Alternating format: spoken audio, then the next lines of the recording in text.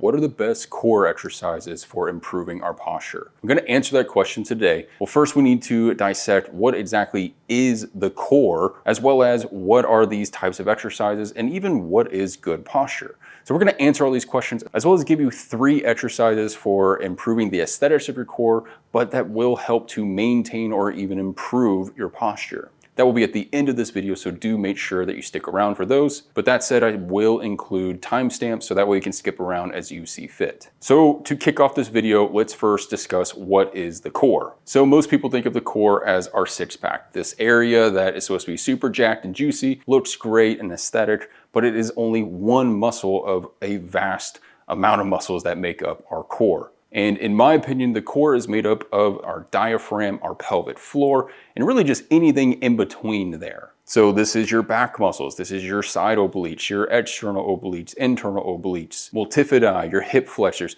and the list goes on and on and on. So when it comes to training this area for better posture, we're thinking of training all of these muscles in between the diaphragm and pelvic floor, as well as all of their joint actions that they're able to perform. So that means flexing, extending, rotating, side bending, and everything else. Now, how this relates to our posture is exactly that. For us to have good posture, we need to have variability throughout the entire system. So that means you need to have a core that's able to move in 3 dimensions. Flex, extend, side bend, rotate, and everything in between. Good posture is not just holding a rigid spine, keeping your shoulders back, and bracing your core. It's far from that. Good posture means you have access to both sides of the spectrum. You can flex, you can extend, you can side bend, you can rotate in all directions.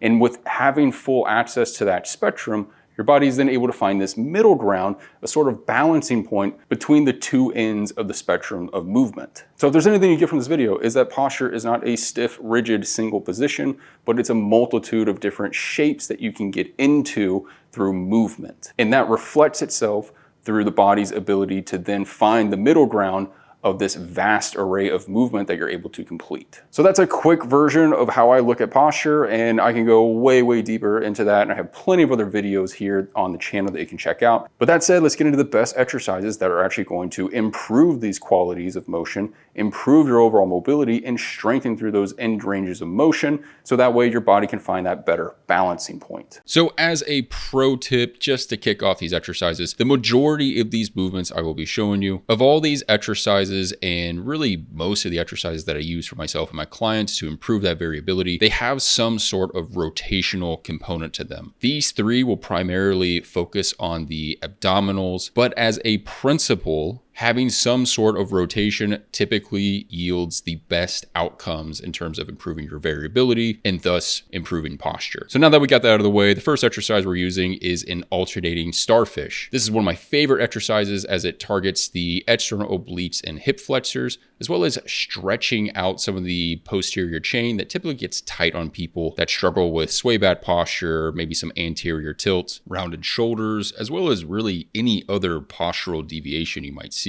This is just a great movement for pretty much everything, as well as just getting that nice chiseled look at your abdominals. So to set this up, you're going to want some kind of smaller towel. You can even roll up a hoodie to go underneath your lower back. We use this to maintain some semblance of normal lumbar lordosis, and then you're just simply going to make a starfish shape. Once in the starfish and laying on your back, you're nice and relaxed. You're then going to reach the opposite hand toward the opposite foot. Notice that when I lift my leg, I am not bending my knee at all. I'm trying to keep this as straight as possible. And as I reach my arm across to that foot, I'm allowing that same side shoulder to come up off the ground. This then creates that rotation that we're looking for, which will really kick in the external obliques. Once at the very top of the movement, you're then going to hold it and take a nice big deep breath. And when you take that deep breath, you should feel a little bit of a stretching sensation, or at least some type of expansion around your shoulder and lat area. You then relax to the ground and simply perform it on the other side. Now, I typically give these exercises out in 3 total sets to complete anywhere from a minimum of 8 reps, so 16 total, 8 each side, all the way up to a total of 30 reps or 15 reps each side. Again, complete this for 2 to 3 sets. And especially if you're hitting those higher numbers, you are really going to feel your abdominals working. Now, if you made it this far for the second exercise, you're lucky because I'm going to give you a 2-for-1. We're going to be using 2 different variations of a Copenhagen plank, which is known for activating the inner thigh muscles or the adductor muscles, as well as the obliques. So I'll give you the beginner version, which is the 90-90 Copenhagen plank. And then I'll show you the more advanced version, which is the Copenhagen cross connect, which is pretty dang spicy. So be ready. So the 90-90 Copenhagen plank is a great strengthening movement. And I love it for improving posture because it helps to improve mobilities at both the hips and the shoulders. So the 90-90 position at the hips and the knees blocks you into a hip internal rotation biased position, which is something that is often lacking on many people, especially those dealing with anterior pelvic tilt. This also keeps you from overly extending your lower back, which is another common trait with anterior pelvic tilt again. So to set this up, you're going to need a bench or some kind of chair. Now, most people freak out when they see this exercise because if they don't have a bench with a cleared space underneath it, like this basic one that you see here, they think they can't do this exercise. But just know that you can put the top leg at that 90-degree position, and then the bottom leg can just be straight or just off to the side. So do not let this scare you away from doing the movement. So once I have my top leg at that 90 degrees at both the knee and the hip, I want to then lift my hip off the ground. When I do that, I'm really going to feel that inner thigh kick in on the top leg as well as the obliques closest to the ground. Once I'm there, I just want to make sure I'm not overly rounding forward at my upper body or extending excessively at my lower back. And lastly, I just don't want to get lazy and let my hip drift down to the floor. You really want to try to keep your hip in alignment with the knee up on the bench or the chair. So you complete this on both sides for 3 rounds of anywhere from 15, maybe even 10 seconds to start, all the way up to 60, 90 seconds. Really just start with where you're at. Now, the Copenhagen cross connect is very similar to the 90-90 Copenhagen, where we're still activating the inner thighs and the obliques, but now the top leg is in an extended position at the hip and with the knee straight, which really starts to challenge the hip musculature as well as the core because we have longer leverages to work with. We then add in the cross connect where you're bringing the opposite elbow to the knee, which really gets the obliques to turn on, as well as mitigating against that lumbar extension that can present with anterior pelvic tilt, while also stretching out the glutes and the upper back, which can be very helpful for sway back and rounded shoulder postures. Now, this is a more advanced exercise, so you may need to start with more traditional Copenhagen planks or the 90-90 Copenhagen